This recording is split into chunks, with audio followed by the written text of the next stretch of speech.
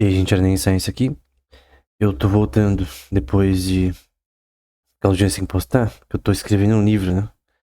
Que eu já falei no canal já, mas parte desse livro é sobre esse tema mesmo. O título do capítulo é de Desconstruindo Marx, né?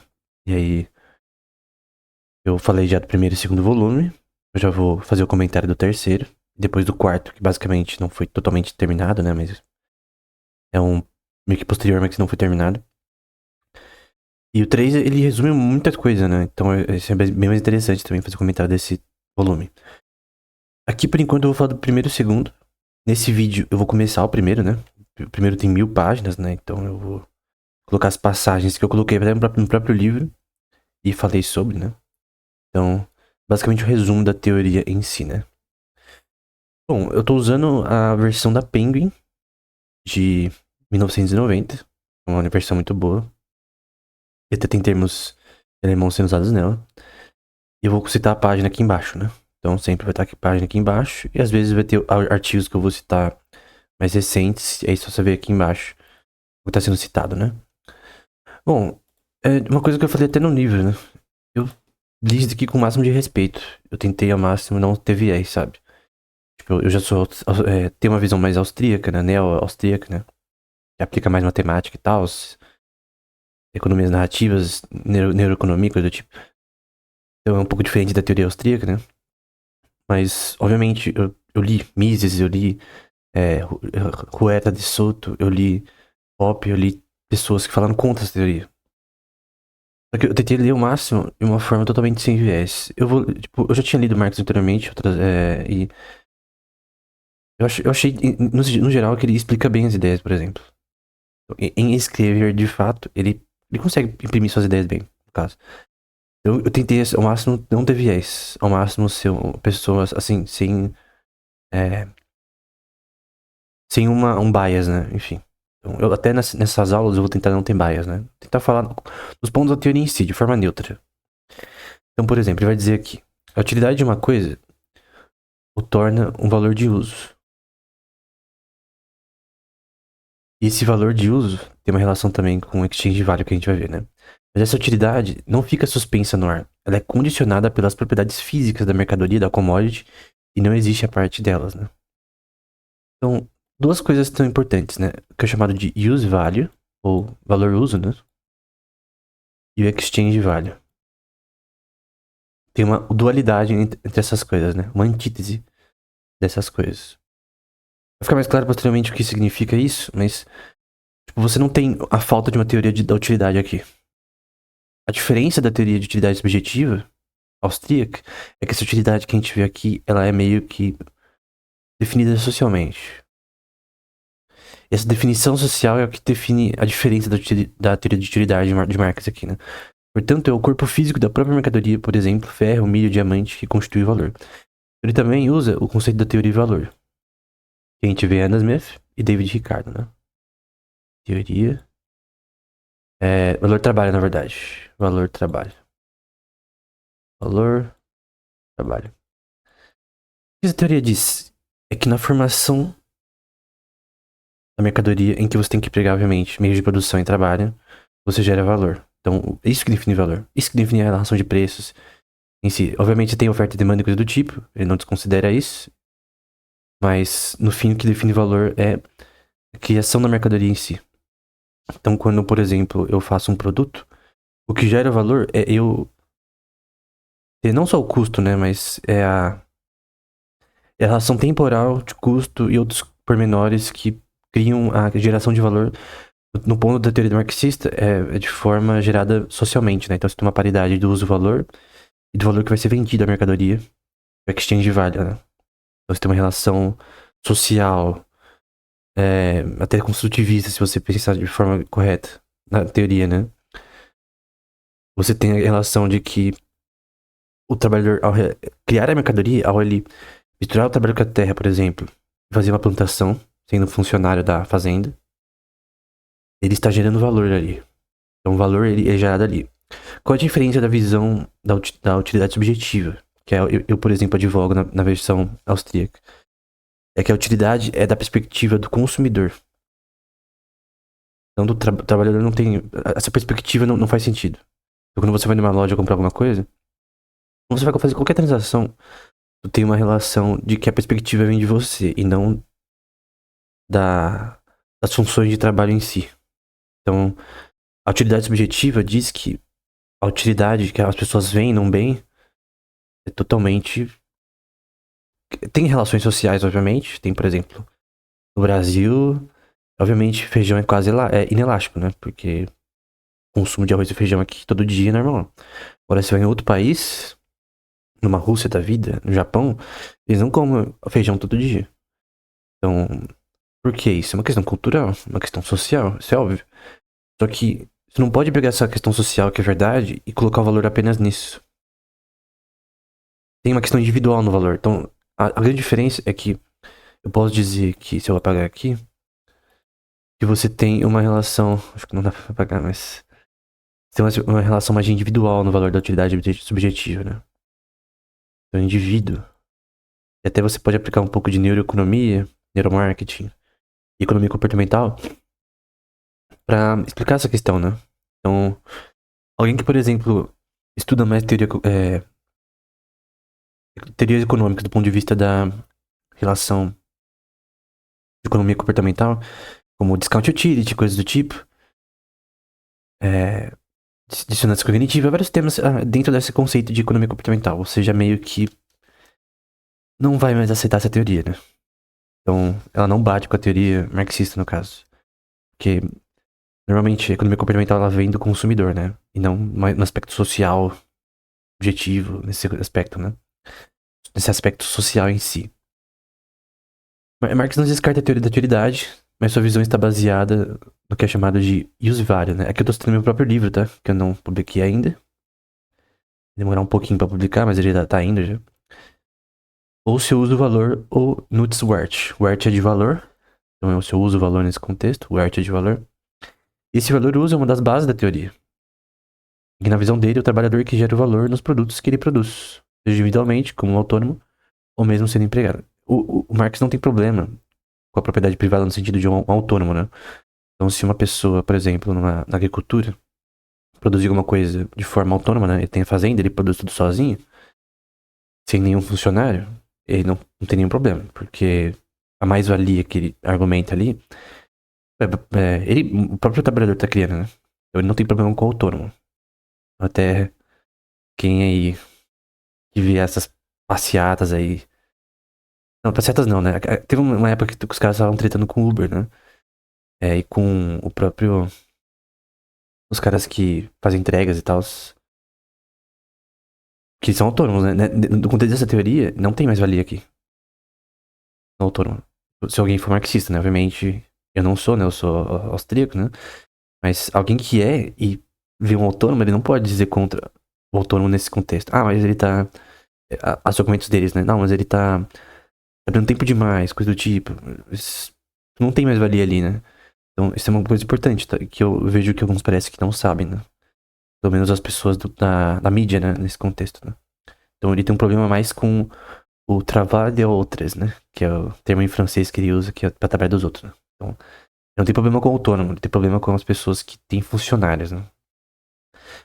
Então, os valores de uso só se realizam, que é o vervinklet, no uso ou no consumo, e constituem o conteúdo material da riqueza. Qualquer que seja a sua forma social, né?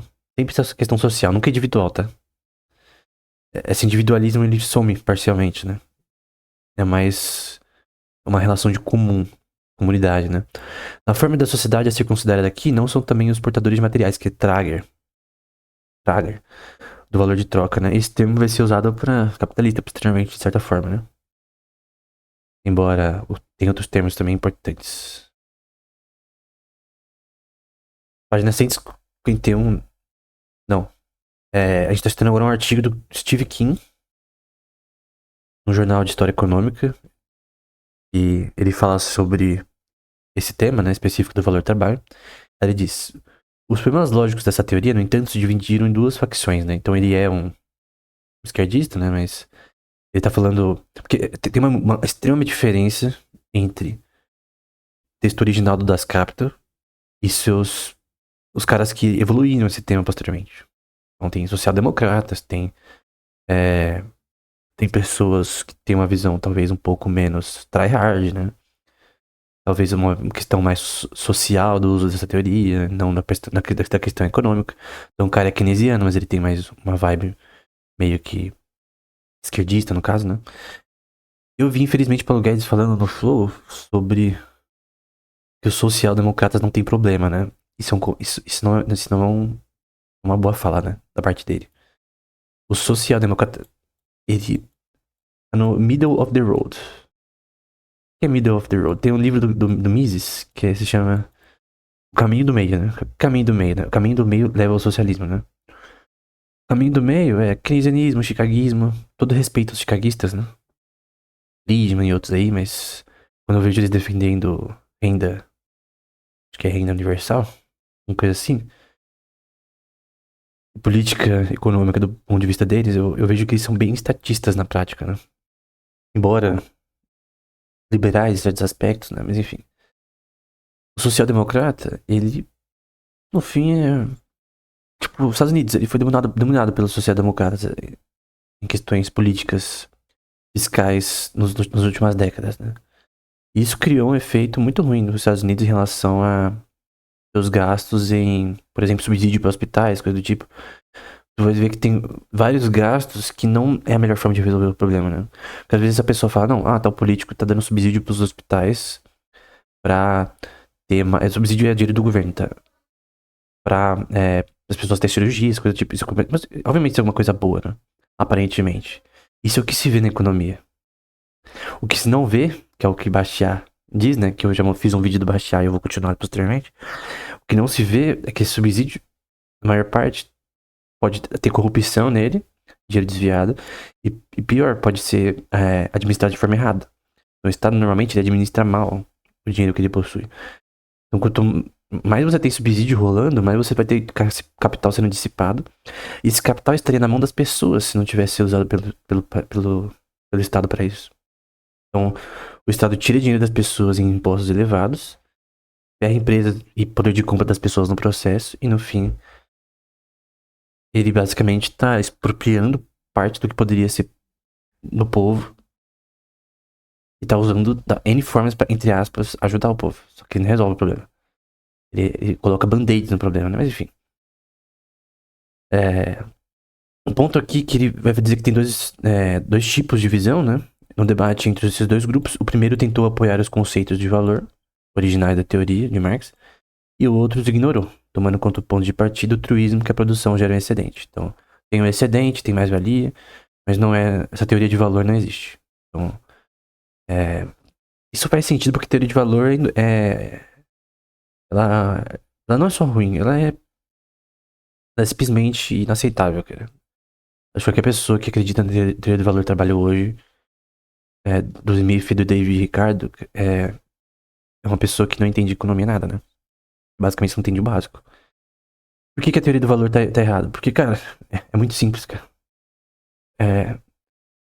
Vamos supor que você tem um custo para gerar uma empresa, né? Tem um custo de produção, de salários, funcionários, e esse produto falha. É claro que na teoria do Marx tem uma relação social, mas vamos supor que seu produto falhe. Por que ele falhou? Pode ter várias razões.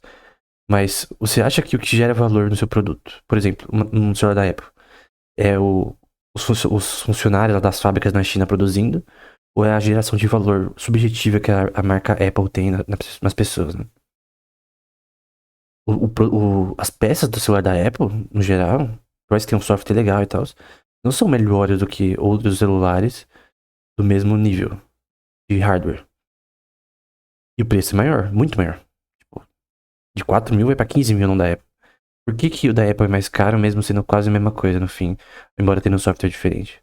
Pela geração de valor de você ter um Apple, de você ter o software da Apple, você ter algo que você vê valor subjetivo nisso. Isso é definido individualmente.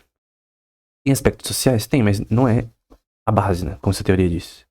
É uma questão individual. Eu, por exemplo, não gosto de Apple. Não, eu não gosto. Eu não pagaria. Outras pessoas pagam, é uma questão individual. E por que ela escolhe isso? É uma questão subjetiva. Porque uma pessoa vê valor em pagar 20 mil por um MacBook e não 5 mil botando um PC melhor do que um 20 mil da Apple. Porque o da Apple, ele é uma marca que gera um status, gera uma relação até de. Nem status, de pessoa gostar mesmo desse uso, né? Até aquelas pessoas falam, da Apple tem mais segurança, né? Mas se você estudar segurança da informação, não tem mais segurança do que o Linux e que o Windows, né? Tudo tem falhas no fim. O celular da Apple já foi hackeado várias vezes. O grande ponto é que tudo subjetivo no fim, né? O que as suas razões pra falar que é melhor, né? São subjetivas. Mandel observa que a dialética hegeliana, evidentemente, está por trás de muitos dos pares dialéticos, como commodity de dinheiro, valor de uso e troca, né? Que é o use value e exchange value, né? Capital e trabalho assalariado. Isso aqui é uma coisa. Aquino e outros autores, eles fazem uma diferença entre trabalho e salários. Marx não. Ele faz um... Perdão, desculpa. O Marx faz a diferença entre trabalho e salário. O Aquino, ele não faz essa diferença. Na verdade, como que funciona? A relação é que trabalho e salários são coisas independentes, né? Então, o trabalho é a ação de você fazer algo que gera alguma coisa produtiva, um serviço, um entretenimento. Várias relações de produção, não produção, são definidas aqui. Alguém que produz algo no Twitch, né? Ele tá produzindo algo que é subjetivo, que é totalmente... Ele tá produzindo um conteúdo que é subjetivo, né? Não é palpável, né? Que tem, sei lá, uma fruta que você compra no mercado, né? E aí vai das pessoas acharem que aquilo é bom e tal, que a pessoa fala. O Marx, na verdade, ele junta os dois. Eu me confundi ali. Ele junta os dois, na verdade. Então, o mais poderoso deles era a dialética entre o valor de uso e o valor de troca e a compreensão do papel que ela poderia desempenhar na economia política, expressa pela primeira vez em uma nota de rodapé da Grundes, que é a obra dele, né? Então, um grande ponto é que ele também fala essa relação do capital como homogêneo, né? Que é uma coisa que Keynes também vai dizer. Keynesianismo. Então, essa relação de homogeneidade do capital também é bem importante. Aí você vai ter o que é chamado de Ancients Form, que segue-se daí que, em primeiro lugar, os valores de troca válidos de uma mercadoria particular expressam algo igual. Em segundo lugar, o valor de troca não pode ser outra senão um modo de expressão. Que é esse Ancients Form que ele usa bastante. É a forma de aparência da commodity. Quando você vai comprar uma coisa no mercado, obviamente ele tem várias formas. Então, por exemplo, você tem cereais, que tem preços parecidos, você tem um equilíbrio de Nash ali, só que a forma de aparência deles são diferentes. Eles são distinguíveis um do outro. Então você vai comer os sucrilhos, você vai pegar um Nescau, você vai pegar aquele que tem um urso na frente, que é um cereal também conhecido, que eu acho que foi comprado pela empresa de sucrilhos também, né? Tu vê semelhanças, o gosto é diferente e tal, a forma é diferente. Só que você tem uma forma de aparência. Tudo aquilo ali é cereal. Você escolhe, subjetivamente, na minha opinião, o que você quer, né? Na forma dele, ele não tira essa questão subjetiva. Só que ele cria uma dualidade entre a subjetividade que você tem na aparência. Só que, nesse contexto, ele dá uma questão de objetividade também. A gente vai ver um termo posteriormente. Então, eu comprar um cereal tem uma relação objetiva da função social do cereal. Alimentar uma pessoa no café da manhã. Então, você não usa cereal pra desentupir pia, por exemplo. Por quê? Porque essa não é o valor de uso dele. E, obviamente, ele diz posteriormente que o valor de uso, ele cai, se as pessoas param de ver valor uso nele. Ele não é contrário totalmente a uma versão subjetiva de valor. Só que nessa subjetividade você tem objetividade, na verdade. Então você. Tipo, eu acho que ele argumenta por subjetividade, mas não é no sentido austríaco, né? E ele sempre tem essa dualidade entre valor, uso e exchange value. Então esse valor uso tem uma relação subjetiva, só que ela tem um caráter social. E ela tem uma objetividade relativamente alta. Então, eu acho que ele mesmo não poderia dizer que não existiria subjetividade, mas ela é definida socialmente, né? E não individualmente. Então, a diferença é que a visão dele é mais social ao invés de individual, na versão austríaca. Na versão da economia comportamental, o fato dele colocar o caráter social é que faz a teoria dele ter esse formato no fim, né? E aí tem vários termos que ele usa, né? Além desse, como natural form, o art form, que o art é valor, né? Então, a forma do valor. O art Ausdruck, que é, eu coloquei aqui, expressão de valor. Então, esses são termos que ele usa. Por outro lado, essas duas formas são termos mutuamente excludentes ou opostos, né? Ou seja, polos da mesma expressão de valor. Elas estão sempre distribuídas entre diferentes mercadorias que se relacionam entre si pela expressão de valor. Então, você tem a relação de uso-valor, uma paridade entre os dois, uma relação de tipos, né? Uma relação tipológica e também do exchange value, que é o valor de venda que você vende o produto, a lucro, obviamente, maior que o custo, e de valor, né? Só que esse valor, na visão dele, é que é formado no trabalho em si, e não na mente das pessoas. Na verdade, ele diz que é formado na mente das pessoas, mas a perspectiva de valor, ela não vem do consumidor em si. Ela vem do trabalhador e do consumidor. Então, a formação de valor vem de ambos os tipos, né? Se eu colocar uma relação de antítipos, né? Eu tenho uma relação de uso-valor e de exchange value. Elas exchange value, que elas são antítipos, né? Elas não se excluem, são complementares. Mais ou menos essa é a relação. O Vergengenständigkeit, que é a relação de objetivo, né? De objetivo que é abstrato, né? Então, é o que eu acabei de falar. O valor de uso, um attribute, portanto, só tem o valor porque o trabalho humano abstrato, obviamente tem vários tipos de forma de trabalho que são diferentes, é objetivado ou materializado nele. Tem um monismo materialista dele, mas eu não vou falar sobre isso no momento.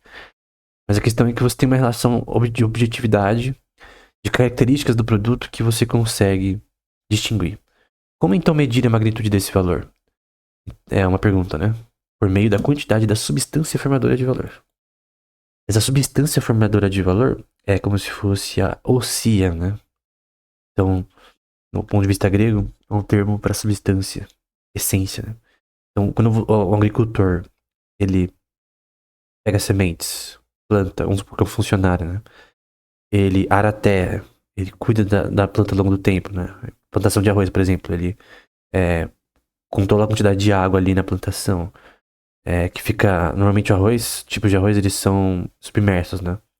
Então ele controla o nível, quantidade de água para não ter problema na plantação, doenças que podem ter, cardos, espinho não, né? Tipos de patologias que as plantas podem ter, ele tira todo tipo de coisa que pode, praga que pode alterar essa plantação, né? Epidemias na plantação que podem estralar. Então, tudo isso o funcionário vai fazer, né? E, no caso, esse valor é construído por ele nesse contexto, né? Não é uma relação ex nihilo, né? É uma questão de transformação. Até pela primeira lei da termodinâmica, você transforma as commodities em um produto, né? Essa transformação você tem o trabalho necessário e a mais-valia que eu vou mostrar posteriormente. Essa quantidade é medida por sua duração e o próprio tempo de trabalho é medido. Então ele também coloca uma relação temporal que é muito importante na teoria também, que a gente vai ver. Assim, o linho não pode se relacionar sich verhalten com um casaco como algo que tem valor. Aí ele faz toda uma teoria que tem a ver com a equação de Fischer, né? Que você tem uma relação de commodity. Então, tanto de linho é igual a tantos casacos são igual a tanto de ouro é igual a tanta coisa, enfim. Só que essa teoria de Fischer, ele é uma tautologia, tá? E é estranho porque a teoria de Marx depende muito disso. Esse é um problema na teoria, porque a equação de Fischer, assim como o Rothbard demonstra no Homem, Economia e Estado, é uma tautologia, é inútil. Você não consegue ver nada da evolução econômica com essa equação. Você não consegue. É o MV igual a PT, se não me engano.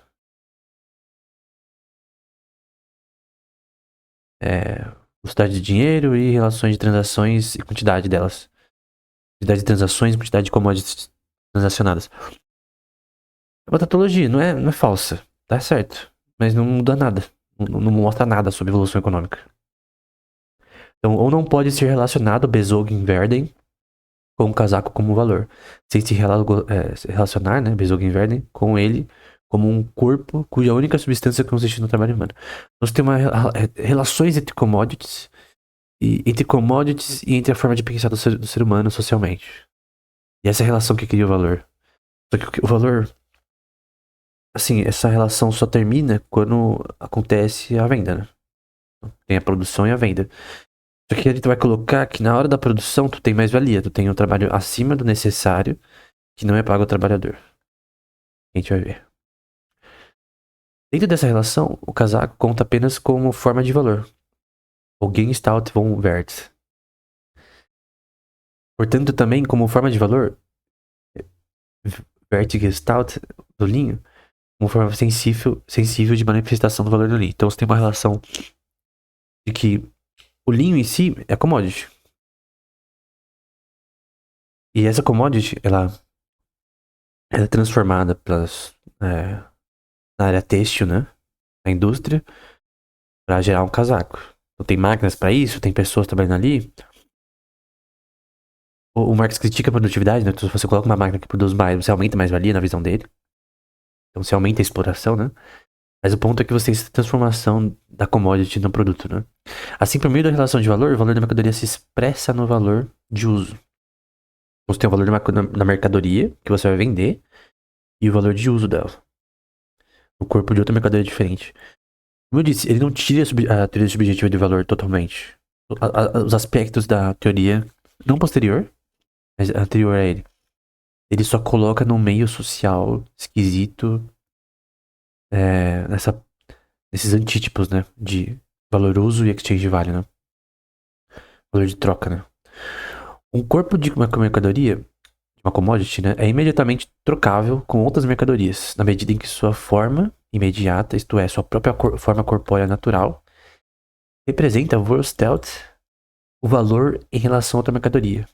Então, você tem tanto de linho é igual a tanto de trigo, tanto de trigo é igual a tanto de cevada, e por isso você tinha relações, por exemplo, de usar cevada para commodities, né? Gerais. Então, por exemplo, em toda a história você vê tabaco, algodão, cevada, ervas de farinha, sal, cabeça de gado, o próprio Turgot cita. Cabeças de gado já foram usadas como moeda, entre aspas, né? Moeda não é uma moeda, né? É como forma de valor que é usada como moeda, de certa forma. Mas não era moeda que tem ouro e prata, né, no caso. Então você tem várias commodities que foram usadas até 300, 400 anos atrás como forma de fazer transações, com medida de valor. Então, é isso que ele está tentando dizer. Essa teoria de commodities, só que ele posteriormente separa dinheiro de commodity. Na minha opinião, isso é um erro. Mas o ponto é que você tem uma representação de valor, que no fim é definida socialmente e que é definida por conta disso, a criação da commodity pelos trabalhadores e no exchange value, né? O valor de troca. Tem a diferença entre o custo gerado para produzir e o preço de venda final, né? E obviamente você quer lucro nesse contexto. E aí, você tem o que é chamado de essência, que é Versen, do ser humano. Sua substância, ou sia, que eu tô citando meu livro, que eu não publiquei ainda. Substância ou sia que tem a ver com essência, não, ou S, em latim, né? Que é essência. Em que o ser humano realiza através do seu trabalho, pela forma, a realização da sua subsistência. Visto que para sobreviver ele precisa misturar o trabalho com a terra, ele realiza a sua essência e ensina o seu trabalho. Né? Essa é a visão do Marx. Por isso que ele vai dizer posteriormente que a mais-valia basicamente escraviza o trabalhador. E não só escraviza, ela o mata, né? Literalmente, ele tira a parte da sua essência cumprida no trabalho, né? Isso aí é a visão dele, né? Na minha opinião, é uma bosta, né? Mas enfim. Eu tô tentando não ter bias, mas isso não tem como eu não falar aqui. Não tem Assim, às vezes ele deriva coisas certas e depois as implicações são erradas. Isso aqui. Por exemplo, vamos supor que mais-valia fosse verdade. Não é, né? A solução pra isso dele também não funciona. Então, é, no fim, a teoria dele não se sustenta em si mesma, né? Sustentando agora o Helton, né? O autor aqui de 1988. Esse modo de produção acarreta ainda uma contradição de que a forma social é determinante externa deste modo de produção privado. Assim, a forma social universal, abstrata, domina a privada particular, de modo que a privada particular é determinada pela forma social universal abstrata.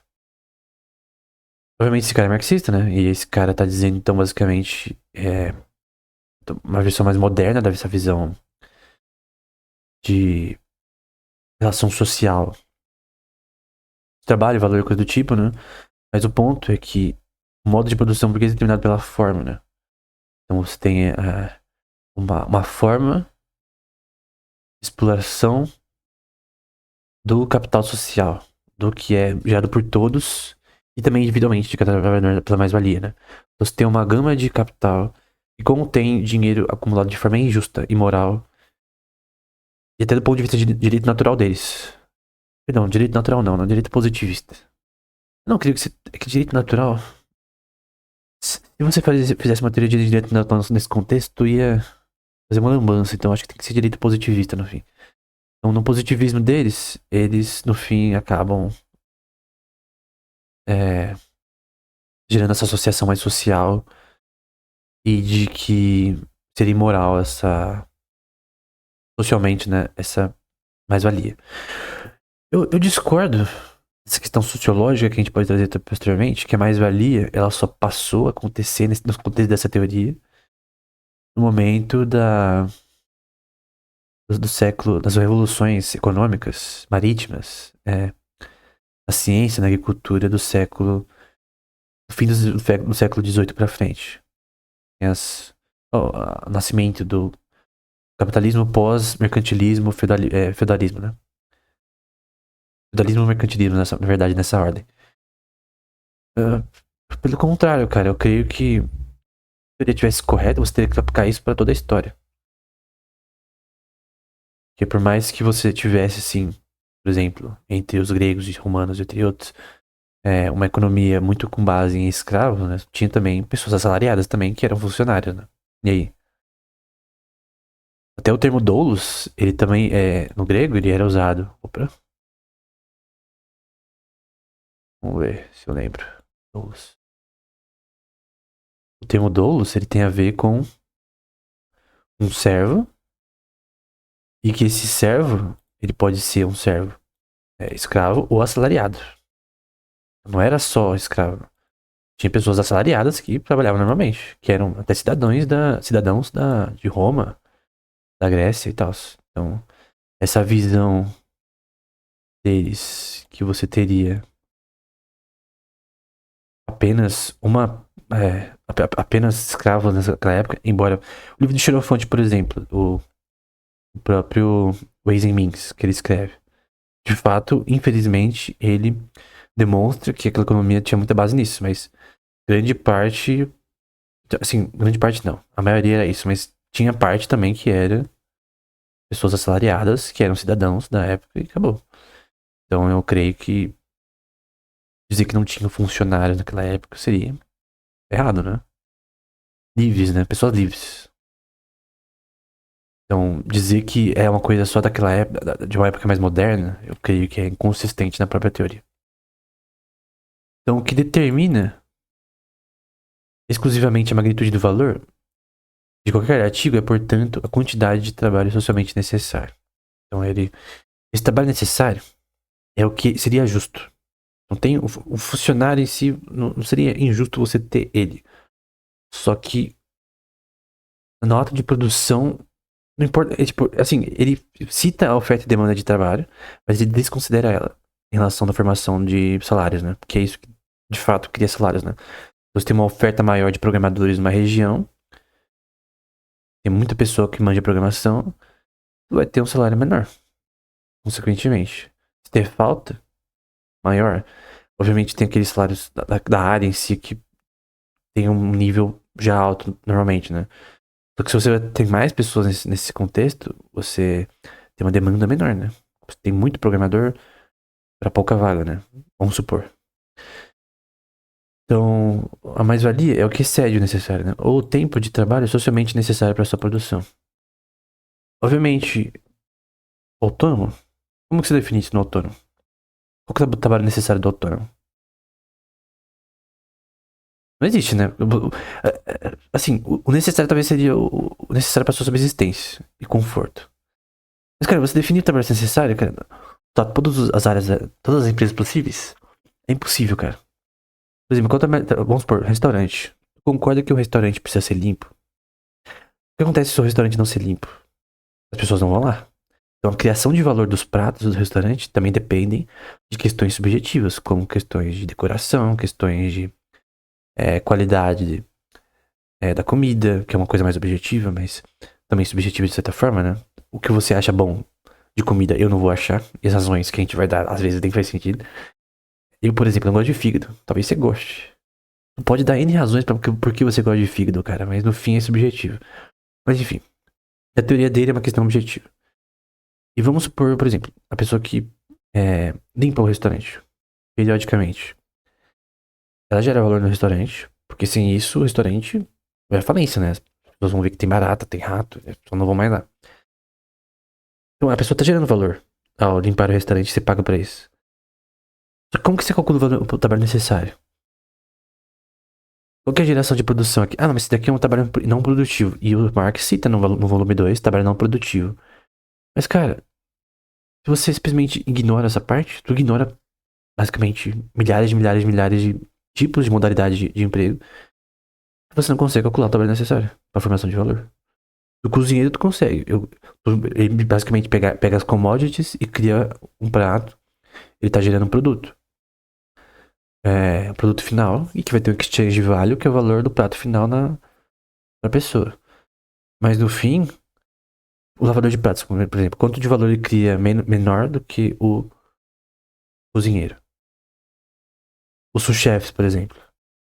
Ah, mas em tal prato a pessoa fez mais e outra menos. Como que você calcula o trabalho necessário e mais-valia? É difícil, cara. Ah, mas você calcula pelo hora trabalhada. Mas hora e eficiência de trabalho não é a mesma coisa.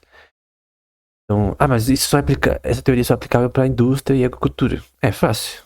Porque aplicar só para uma coisa específica, porque é conveniente. Mas mesmo nessa teoria específica, você também tem problemas. Então, enfim. Por fim, nada pode ser um valor sem ser um objeto de utilidade. Tem noção de utilidade. Se a coisa é inútil, o trabalho nela contido também o é. O trabalho não conta como trabalho e, portanto, não cria valor. Então, pera, ele tá dizendo que se alguém produz algo inútil, tá gerando valor porque as pessoas acham aquilo inútil. Só que é estranho porque isso tem que gerar. Essa frase aqui, da página 131, tem que gerar a teoria do valor subjetivo. Não a teoria que ele cria aqui, de uso valor, exchange value, mais-valia. É estranho porque ele meio que diz indiretamente uma coisa que defenderia a utilidade subjetiva, como aqui, e contra a teoria de valor do trabalho. Só que ele defende a teoria do valor do trabalho. Eu não tô dizendo que ele tá se contradizendo, porque tem partes que ele arruma isso daqui. Tem partes que ele arruma isso aqui. Uma coisa que eu posso dizer na consistência dele é que às vezes ele arruma os possíveis problemas que aparecem. Outras vezes não. Mas eu creio que não tem como você criar uma relação de valor social sem o individual. Não tem como. Não tem como. Essa utilidade tem que ter uma relação individual, não só social. Como eu disse, uma parte da teoria é que o valor é definido socialmente, na prática, né? Mas por que não pode ser individualmente? Na verdade, deveria ser individualmente.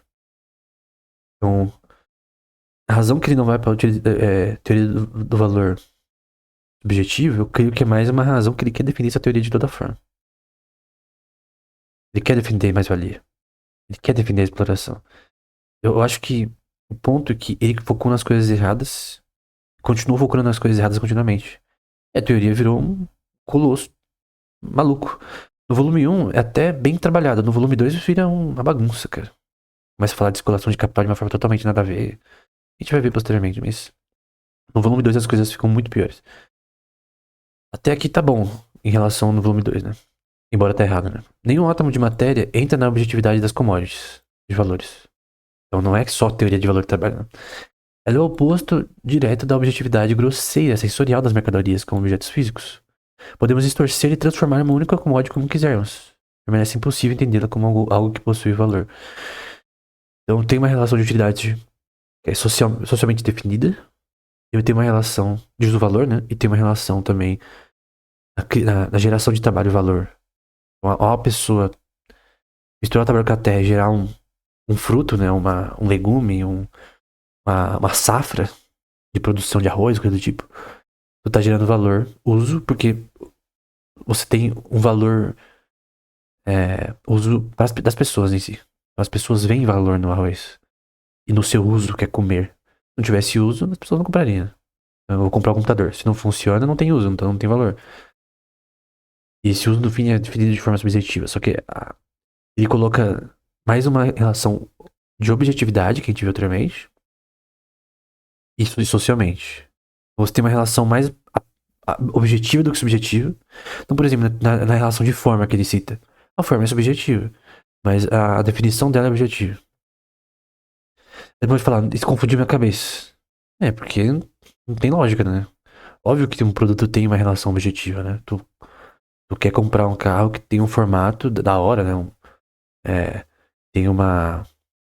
Que é rebaixado, que é tunado, coisa do tipo, que tem uma cor específica. É uma questão subjetiva. Você escolher um carro vermelho ou branco, cara, ou cinza, cara, é uma questão sua, cara. Eu, pessoalmente, prefiro da cor preta. Porque moto também. Agora você talvez curta outra cor. Ou uma pessoa que curte Kawasaki, outra pessoa curte é, outro tipo de moto. É uma questão subjetiva, né? Só que é óbvio que a forma também define valor. A, o shape do produto, o shape da moto, o shape do carro, né? E ele não discorda disso. E no fim é definido socialmente, né? Então tem uma razão para um certo país as pessoas comerem arroz e feijão todo dia e outras pessoas simplesmente comerem outras coisas, né? Tipo, sei lá, comer é, comida árabe, por exemplo, que é uma coisa mais diferente. Comer coisas que nós não comemos, por exemplo, diariamente. Então, uma coisa, comer com as mãos, por exemplo, comida que dá para se comer com as mãos em algum país, Pérsia, coisas do tipo, que é a culinária deles. Uma questão social também, mas tu não define valor socialmente, tu define individualmente. Mais que socialmente as pessoas gostem aqui de arroz e feijão todo dia, não necessariamente todo mundo gosta de, assim, gosta, por exemplo, vamos supor, em comidas como todo mundo gosta de, por exemplo, moela. É um tipo de carne que nem todo mundo gosta. Picanha é uma carne que mais pessoas gostam, né? Fraldinha, né? Então, é uma questão subjetiva, cara. Ambas vão satisfazer sua fome. Tem relações de gosto. E gosto não se discute, né? É uma questão subjetiva. Cara, tem mais subjetividade do que objetividade. Às vezes, as coisas objetivas que você coloca no valor das coisas não tem lógica, cara. Então, tu vai não ver pagar, sei lá, 5 mil reais pra assistir um jogo da Copa do Mundo. Vamos supor, ingresso. Tem pessoa que não vê valor nisso, mas você vê. É uma questão subjetiva, cara. Porque como você se sente ao ir nesse lugar. É simples, cara. Não é uma coisa difícil de entender, né? Enfim. Opa. No entanto, lembremos de que as commodities possuem um caráter objetivo, ele tá falando de novo, né? Como valores apenas na medida em que são todas expressões de uma substância social idêntica, né? São as objetivas, mas tem a relação social, né? Que é subjetiva, né? Então você tem um alinhamento entre objetividade e subjetividade que é definida socialmente e não individualmente. O que é um erro, né? O trabalho humano, né? Que seu caráter objetivo como valores é, portanto, puramente social. Então, o trabalho em si tem componente social e tem uma relação de uso-valor em relação à relação de valor do produto. Contudo, não basta expressar o caráter específico do trabalho que compõe o valor do Lean. A força de trabalho humano em seu estado fluido, ou trabalho humano, cria valor, mas não é valor em si. Então, não é o valor do trabalho em si, mas ele pode criar valor se esse produto tem valor uso para as pessoas. Então, se Se a empresa fazer um produto inútil, então ela não tá gerando valor. Porque ela não tá gerando valor socialmente para as pessoas. Aí você pode dizer, mas isso não é a teoria subjetiva do valor? De certa forma? Lembra, né? Só que em toda a hora que ele meio que vai pra essa parte, ele confunde tudo. E no fim ele continua defendendo o valor do trabalho. Só que não é o valor do trabalho de Adam Smith e David Ricardo. É o valor do trabalho que tem uma relação social, principalmente. Um caráter social. E usa o valor e exchange value, né? Torna esse valor em seu estado coagulado, né? Em forma objetiva. Tem uma relação também catabólica, metabólica que ele cita. Ele cita um termo, eu não tô citando aqui em alemão, mas é um termo para metabolismo, né? Então, ele vai dizer que essas relações, na visão dele, são orgânicas, né? Naturais. Na visão dele de mais-valia, né? O valor do Lean como massa congelada de trabalho, mano, só pode ser expresso Gegenstandlich, com certeza pronunciei errado, né? Algo materialmente diferente do próprio Lean. Ainda assim, comum ao Lean e a todas as outras commodities, né? O problema já está resolvido. Então, tu tem objetividade, tem valor, tu tem o problema da subjetividade porque você é resolvido com formas, né? Então você tem a forma de valor, que é apresentada socialmente. Então as pessoas no Brasil gostam de arroz e feijão todo dia no almoço, janta, no geral, né? Porque elas veem uso valor nisso. Elas veem a forma de valor nisso. Socialmente, né? Só que a perspectiva dele, ela não é do consumidor. É uma perspectiva mais social, de um grupo de pessoas, e uma perspectiva mais a perspectiva do trabalhador em si. Então, por isso que ele entra nesse erro, né? Nesse limbo em que ele cria antítipos hegelianos e na sua dialética e para definir sua teoria, por mais que a estrutura talvez esteja aceitável, se você falar merda de uma forma mais bem pensada e bonita, né, não deixa de ser merda. Então, no fim, por mais que, assim, do ponto de vista linguístico, soa muito bem, né? A teoria soa muito bem linguisticamente, mas na prática ela não bate com a realidade. Talvez no mundo de ficção isso funcionaria, mas na vida real não. Porque as pessoas não agem como numa ficção. E aí a gente vai pra uma coisa chamada homogeneidade do capital. Coisa que a gente vê em Keynes também. A sua existência como valor manifesta-se no fato de nos informar que a sua sublime objetividade que a gente viu anteriormente como valor difere da sua existência rígida, engomada como corpo. Diz que o valor tem a aparência de um casaco. Que na medida em que o próprio linho é objeto de valor, Bart Ding, ele e o casaco são tão semelhantes como duas ervilhas. Ou seja, tem uma paridade entre commodities. Então, tanto de linho a tantos casacos, tanto de casacos são iguais a tanto valor de, por exemplo, bananas. Então, se eu juntar um tanto de bananas que tenha valor igual ao de casaco, então tem uma paridade de commodities. Aí você pode falar, em que isso é útil? Nada. É equação de Fischer, ela é inútil, mas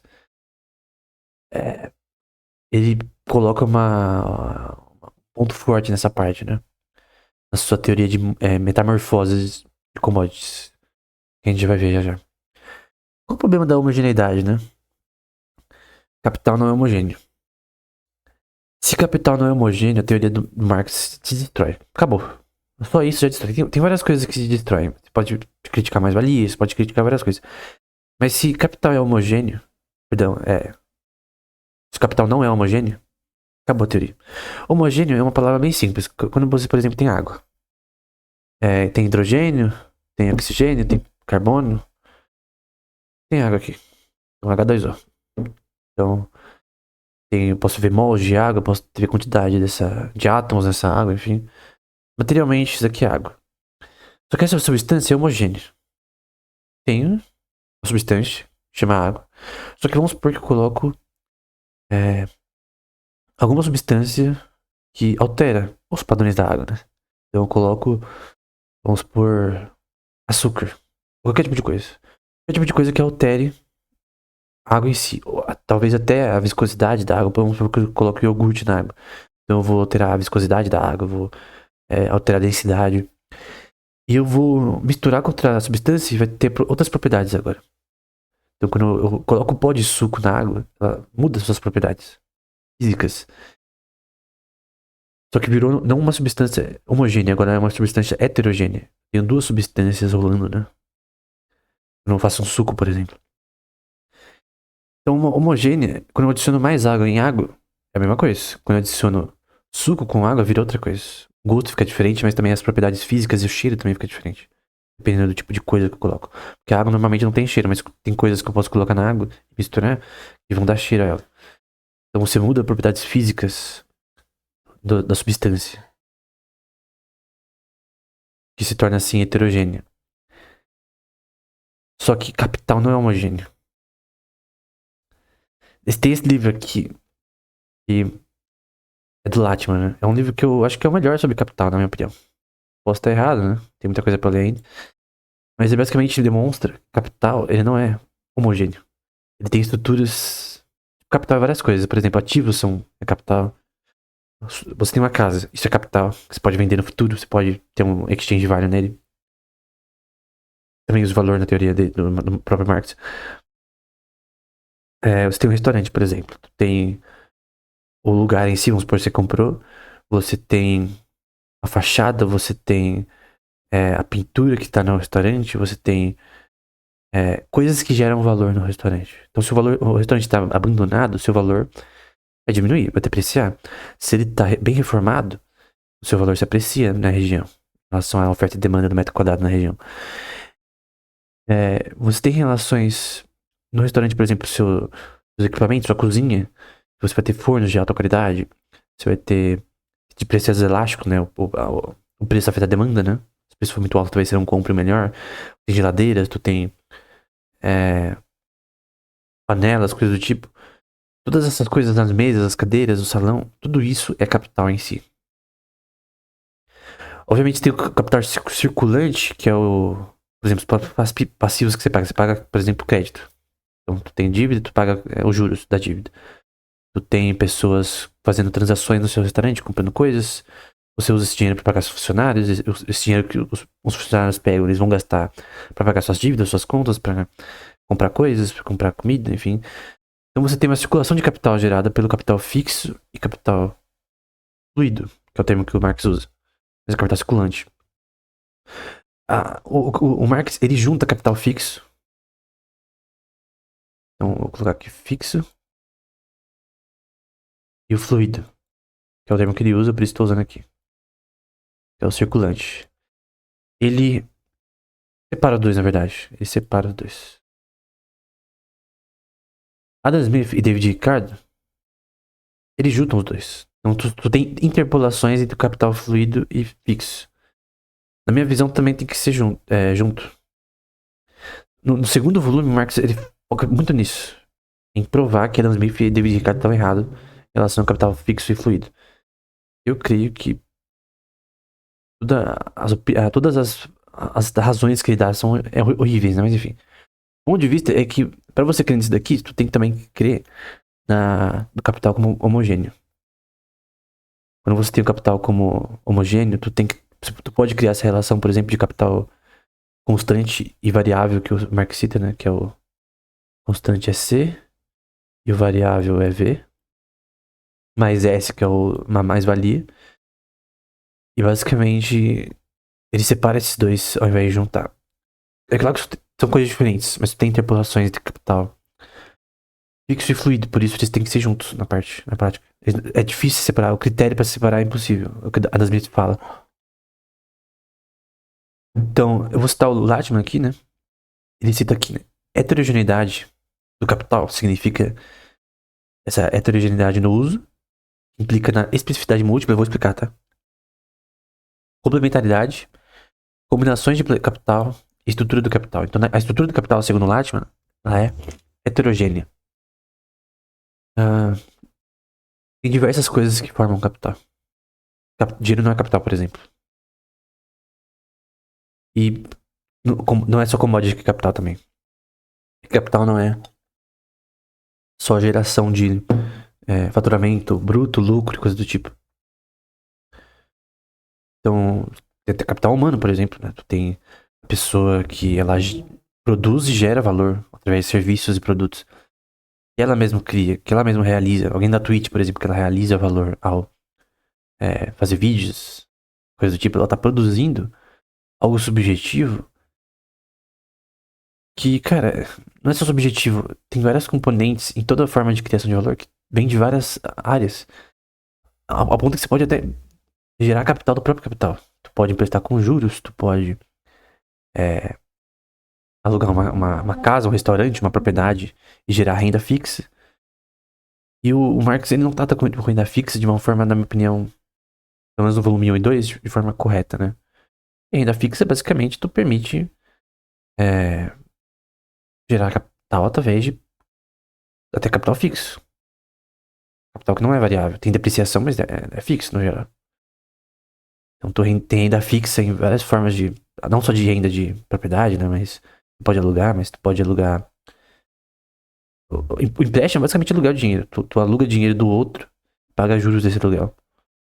Então, tu pode alugar servidores, que é os serviços na nuvem, que é aluguel de servidor. Então, tu pode ter, na verdade, capital fixo, que gera capital, e que deveria estar no variável também. Porque é heterogêneo esse sistema. Então, essa junção dos dois é necessária. Perdão, essa separação dos dois é necessária na teoria, porque senão ela simplesmente cai. Então, é outro ponto basilar que, se você destrói, a teoria acaba. De capital fixo e fluidos serem separados, né? Que é o que Marx disse. Se eles forem juntos, como Adam Smith e David Ricardo diziam, então a teoria se despedaça, né? Então essa heterogeneidade do capital, ela também destrói a teoria de gênero e número grau. Só isso daqui já destrói a teoria. Tem outro termo também que é usado, que é o White Copyright de valor. Então a commodity A, portanto, ao entrar em relação com a commodity B, como objeto de valor, o White Copper, como materialização do trabalho humano, transforma o valor do B material através do seu próprio valor expresso. Né? Então você tem tanto de linho para formar tantos casacos para formar tantos de outra commodity, tanto de cevada, por exemplo, sei lá o que. O valor da commodity A, assim, expresso no valor de uso da commodity B, assume a forma de valor relativo. Então você tem relações de valores entre commodities, taxas de câmbios entre commodities. Só que essa tautologia, enfim, não diz nada. Não prova o sistema dele de certa forma, né? Isso aqui a gente vai ver posteriormente, que é as equações do Marx em relação a esse tema. Tem uma parte que o próprio Engels, tem uma parte que no volume 2 que o Marx erra em algumas equações. Ele fala, gente, ó, ele é ruim em álgebra, tá? Ele tá errando aqui, esse erro que ele cometeu aqui. Deixa eu explicar aqui que ele é ruim em álgebra, por isso que ele errou. Mas, enfim. Ele não era muito bom em matemática. Isso é um fato, tá? Tu não pode negar isso, né? E a teoria dele não é muito complexa. Na verdade, é bem simples. Então você tem dinheiro, M, né? Primeira parte é M. Tem C, que é commodity. Então, a fórmula básica é money, commodity, money. Então, dinheiro, commodity, dinheiro. Então, você tem dinheiro, que é usado para produzir commodities. E essas commodities você transforma através dos meios de produção, que é o trabalho em si, e os meios de produção. Então, as máquinas. Tem uma fazenda, você vai usar amônia, você vai usar nitrogênio, tu vai usar fertilizante, tu vai usar colheitadeira, tu vai usar máquinas e produtos para aumentar funções de produção, para aumentar essa produtividade. Uma coisa que Marx é contra. Eu sei que tem socialista que posteriormente que vai dizer que ele estava errado nesse ponto, que na verdade você tem que ter produtividade, senão os preços das commodities aumentam. Assim, é engraçado porque se você não tem produtividade abaixa o preço dos produtos pela utilidade marginal. Então, produtividade faz as pessoas mais pobres terem mais poder de compra. Então, o Marx ser contra produtividade acaba sendo contraditório, né? Porque basicamente tu vai sempre ter preços maiores para os mesmos produtos, né? Então, você ter meios de produção melhores sempre vai gerar mais produção e menos valor. Mas como então, alguém, por exemplo, que fosse socialista hoje e acredita na versão de Marx disso, de produtividade, é um maluco, cara. Mas por que ele argumenta isso? Por causa da questão da mais-valia, né? Ele também diz que a produtividade, na verdade, gera mais populações e isso seria um mal. ele interpreta errado Malthus nessa questão, e Malthus também estava errado nessa questão, porque o Malthus, ele dizia que o aumento da produção gera mais populações, né? Então, produção gera mais população, gera um aumento em populações, usando lógica proposicional de Haslett. Então, mais produção, mais comida sendo gerada, por exemplo, com menos valor, gera aumento populacional. De fato, gera. Malthus pensava que isso seria um problema, porque superpopulação, na visão dele, seria um problema. Historicamente, a gente vê que não é um problema. Então, na verdade, o contrário. Então, a vida do capitalismo fez a população do mundo crescer e isso se estabilizou num certo momento. Ao ponto de que, na verdade, hoje em dia, países mais desenvolvidos, eles têm uma queda populacional. Coreia do Sul, Japão, coisa do tipo, né? Então, na verdade, o boom inicial de sair da sociedade pré-malthusiana, né? Você tinha uma produção tão básica que você não conseguia ter aumento populacional. Quando você sai disso através do aumento de produção, com revoluções na agricultura, na ciência, revoluções marítimas, várias revoluções que aconteceram no fim do século XVII para frente. Essas revoluções permitiram aumento da produção, somente de comida. Gerou possibilidade de aumento de populacional. A descoberta do novo mundo também. Tem agora mais terras de plantio, que aumentou a produção mundial de commodities. Então, no fim, se tu vê o que é chamado de Paulo de Hockey pelo Milley, o PIB global crescendo ao longo do tempo bate com o aumento populacional. Então, não haveria 8 bilhões de pessoas praticamente no mundo atualmente em aumento de produção. E manter essa produção, tá? Se você não mantém, não vai ter comida para as pessoas. Só que você vê hoje que a pobreza, a poder de compra e níveis de taxa de proteína e coisas associadas a isso, que Marx critica, que causaria o contrário ao capitalismo, na verdade gerou o efeito contrário, gerou prosperidade em relação a anteriormente, né? Nos séculos anteriores a essa mudança. Então, na época mercantilista, na época feudalista, né? Medieval, você não tinha esses níveis de produção. Então, as populações não poderiam crescer mais do que normal. Então, tem mais terra de plantio, tem mais funções de produção aumentando. Até hoje em dia, você tem outras formas de aumentar a produção, alimentos geneticamente modificados, resistentes a pragas, fertilizantes e tal. Então, tudo isso gera mais valor. Perdão. Ele gera mais commodities, gera mais produção. No fim, a produção gera mais população. Mas essa população, ela se ajusta organicamente. Então, a anti-child policy da China não resolveu seus problemas populacionais. Ela criou outro problema. Agora a taxa de natalidade está muito baixa. O Estado não pode interferir em dinâmicas populacionais. Malthus estava errado. O princípio de malthusiano estava errado. Não no sentido de que produção não cria maior população. É no sentido de que isso é ruim. O que a gente vê... Ele tinha que estar errado, sabe por quê? Porque... Eu só consigo entender isso de forma clara pela história, né? Então a história nos mostra que ele estava errado. Porque, na verdade, a taxa de natalidade ela decresce quando os países se desenvolvem o suficiente. Então, no desenvolvimento socioeconômico do país, ao aumentar, a taxa de natalidade cai. Existem países, a prova diz que tem países hoje em dia que, mesmo na modernidade, não tem uma produção tão boa, né? Ele está no estado de pobreza ainda. E que é um país de terceiro mundo. E que a taxa de natalidade ainda está alta, né? Se esse país ele se desenvolve, sai dessa armadilha malthusiana de certa forma, começa a produzir, exportar e tal, virar uma economia mais desenvolvida, a taxa de natalidade vai começar a cair. Naturalmente, sabe por quê? Porque o custo de vida sobe. Então o custo de vida sobe no momento que uma sociedade se torna mais desenvolvida. Você tem mais concentração de capital na região, na área de conferência da região.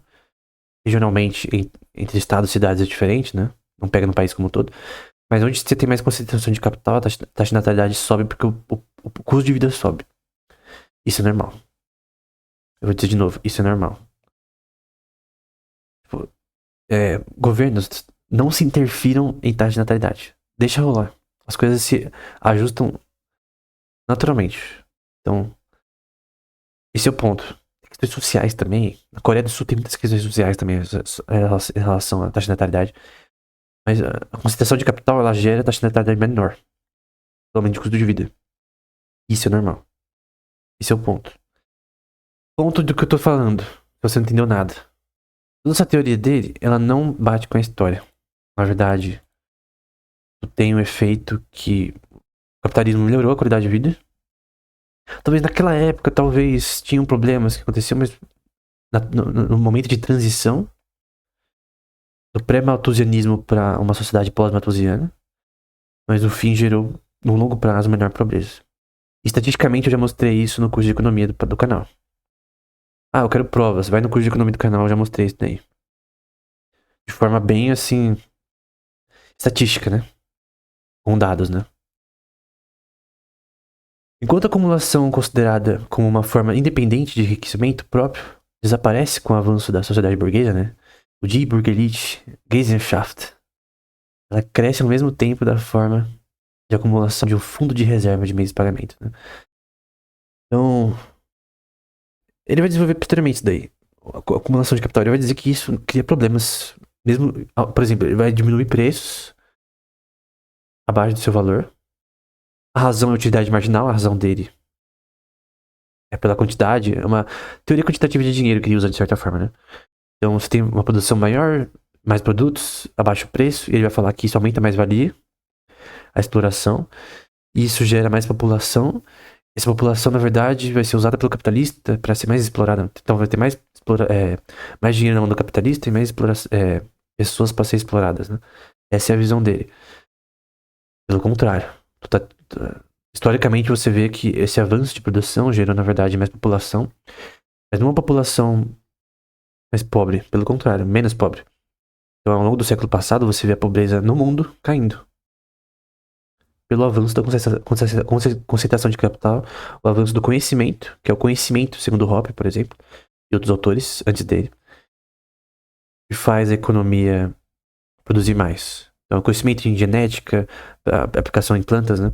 Na agricultura, o conhecimento em biologia, ecologia, em maquinário, relações de matemática, porque você tem a vinda da internet e técnicas robóticas de produção que dependeram de avanços na teoria da informação, na teoria da comunicação de Shannon, na teoria dos números, do próprio Gauss e do Legendre. Não tem coisas que pensavam que eram inúteis, por exemplo, teoria dos números, cara. O Gauss e Legendre escreveu um livro nesse tema. Cara, eles pensaram, isso daqui é matemática pura, nunca vai ser aplicável, né? Não teria esse vídeo não teria chegado a você sem teoria dos números, cara. Sem criptografia, sem coisas que avançaram por essa teoria. Não tem coisas na matemática que pensaram que eram inúteis, que sem isso você não teria internet. Você não teria, cara. Não teria computador. Não jogaria videogame. Tem coisas que você acha, não, são inúteis, né? Talvez pra você aprender é inútil. Mas sem isso você não teria. Cara, sem relatividade não teria GPS, cara. Então, enfim. E sem o avanço do próprio Maxwell, Lorenz, Poincaré, Minkowski, próprio. Tento lembrar o nome. Geometria não euclidiana, coisa do tipo. E sem esse avanço dessas pessoas não haveria relatividade, e não haveria GPS, então não haveria Uber. Você vê como tem relação de causa e efeito do avanço do conhecimento. Em teoria quântica você não teria computador também, porque o transistor foi inventado com avanços do entendimento da luz, comportamento da luz. Então, tu vê quanto é importante o avanço do conhecimento. E no sistema privado ele é mais rápido do que no público. Isso eu posso provar posteriormente, né? E a famosa mais-valia, né? Ou surplus value, em inglês. É mais valor, em português faria mais sentido. Que valia, cara? Quem usa esse termo? Até parece estar um termo perfeito, sei lá. Não soa bem. É um valor excedente. Eu trocaria mais-valia por valor excedente. Ou Mehrwert, que é Wert de valor. E o valor originalmente adiantado, portanto, não só permanece intacto enquanto em circulação, como também aumenta em magnitude, acrescenta a si mesmo uma mais-valia, ou é valorizado, que é ververtet sit, e esse movimento o converte em capital. Então você tem uma teoria de metamorfose que a gente vai ver posteriormente, mas basicamente ele está dizendo que tem um valor excedente ao necessário, que é explorado pelo capitalista do trabalhador. E isso está na circulação. Então a circulação de dinheiro ao redor do país contém dinheiro gerado por mais-valia, então é um capital que é adquirido imoralmente, né? Então ele vai dizer que tem na circulação, principalmente das pessoas que detêm mais dinheiro, dinheiro vindo de exploração, né? Por isso que ele é contra a acumulação de capital, né? Mas como eu disse, as razões dele não se completam pela história. Então, a história mostra que ele estava errado. Seja porque ele interpretou Malthus errado e porque Malthus também errou também. Então, a acumulação de capital ela não gera problemas, né? Por conta, se ela for honesta, tá? Obviamente, tu tem que ter ética no livre mercado e tal. Bom, o sistema é bem simples, né? Você tem o trabalho em si, a capacidade de trabalho, a potencialidade de trabalho, o trabalho em si, o valor de troca, né? Exchange value. O excedente, que é o surplus value, normalmente é o A, então é C mais V mais S. Esse S é o surplus value, a mais-valia. Tem um C grande aqui, ó. Então C vai ser igual a isso aí. Esse aqui é o excedente. Esse excedente existe? Na minha opinião, não. Tá? Então já esse predicado, na minha opinião, ele é inválido. Por que ele é inválido? Eu não creio que mais-valia é uma teoria correta. Pra você ter crer nela, você tem que crer no fim na teoria de valor do trabalho. Então se você não crer na teoria de valor do trabalho, você não pode crer em mais-valia. Ah, mas eu vi que tal autor, ele defende mais-valia mesmo sem... Não, ele pode até defender o excedente de produção, exploração. Assim, os caras mais recentes, se você dá meu caso da vida, ele é obrigado a descartar a teoria do valor, se ele for, no mínimo, mais inteligente que um marxista maluco. Ele vai falar, você conta a teoria do valor, mas ele, que nem na citação que eu mostrei anteriormente, mas ele vai achar outras formas de contar a exploração, tá? Não que essa exploração não possa existir. Claro que pode, cara. Por exemplo, alguém que não paga o salário da pessoa e continua não pagando. É uma coisa errada, cara. Obviamente tem coisas de ética, né? Obviamente você tem uma empresa, cara, tu tem que ter ética, né? Você não pode pagar uma pessoa, tu despede ela, sei lá. Tu tem que ter ética, tu tem que ter moralidade na forma que você conduz seu negócio. Isso é óbvio, né? Tu não pode agir da forma que você quiser. Tu não pode praticar fraude, não pode praticar estelionato, você não pode mudar a relação contratual que você tem com o seu funcionário. Tem que ter as definições de função de forma correta. E se você mudar a função, ele pode se demitir. Tem nenhum problema ter uma rescisão no contexto brasileiro. Embora eu não vou falar sobre o mérito do FGTS aqui, né? Mas o grande ponto é que essa teoria de surplus value, ela só bate com a teoria de valor e com a teoria da dialética hegeliana dele. De antítipos de uso-valor, da diferença, a junção, na verdade, entre trabalho e salários, né? No caso, eu creio que é diferente. E define, no fim, cara, oferta e demanda de trabalho, né? E ele nega isso na prática, né? Então você tem aqui o trabalho necessário, que seria o normal, e num sistema, na verdade, autônomo, esse trabalho necessário seria justo, né? E o excedente, que é o surplus value, definido por S, né? Então essa é a relação entre os dois. E aí vai ter uma hora que quanto mais a produtividade aumenta, mais os surplus values aumenta. E não o valor necessário. Aí depende do sistema, né? Aí você tem o capital variável, que é V, e o constante, que é C. Então você tem, de novo, a equação C igual a C mais V mais S. Obviamente o C e o V existem, tá? É o S que eu creio que não existe. Aí você tem o ciclo inicial, que ele age como um vendedor de commodities, né? Ele compra commodities, depois vende, depois ele produz commodities e as vende. E na parte de produção, aí você tem o trabalho necessário e o excedente, que gera mais valia, e quanto maior o nível de produção, mais valia é gerada na prática, né? Esse é o ponto. Então, essa questão de produtividade, ela muda aqui, né? Nos meios de produção e as commodities. Então, ele vai ser muito contra a produtividade gerada pelos meios de produção. Por isso que eles deveriam ser tomados pelo Estado no fim, né? Então, capital variável, constante, fixo, né, também. A relação também do fixo e fluido. Ele junta, né? Não, desculpa, separa. O que é errado. Que Adam Smith, por exemplo, não fazia. Nem David Ricardo. O ciclo inicial, primeiro, ele compra commodities de outros empresários e vende.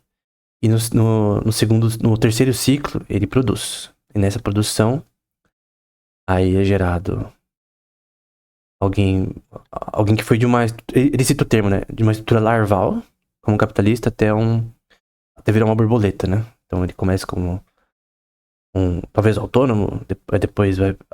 enquanto ele estava autônomo, na teoria dele, não seria injusto. Quando ele contrata os outros, né? Que vira injusto, né? Na visão dele, né? Então, até ele virar um capitalista já desenvolvido, né? E a produtividade para ele era um problema porque os preços diminuem, né? Isso é óbvio, né? Então você tem demanda, né? Então você tem dois tipos de demanda, X Prime X anterior, né? É a quantidade, Q, e o preço. E você ter o preço aumentando aqui em relação à oferta, que é essa linha aqui. Essa linha aqui. Então, quando você tem uma produtividade maior, o seu preço abaixa. Quando você tem uma produtividade menor, o preço aumenta.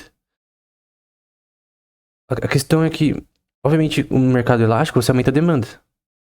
Porque você tem mais pessoas comprando algo que tá mais barato agora. Então, talvez uma picanha, por exemplo, que tava mais cara, tá mais barata agora porque tá produzindo de uma forma com menos custo, né? Na forma de produção.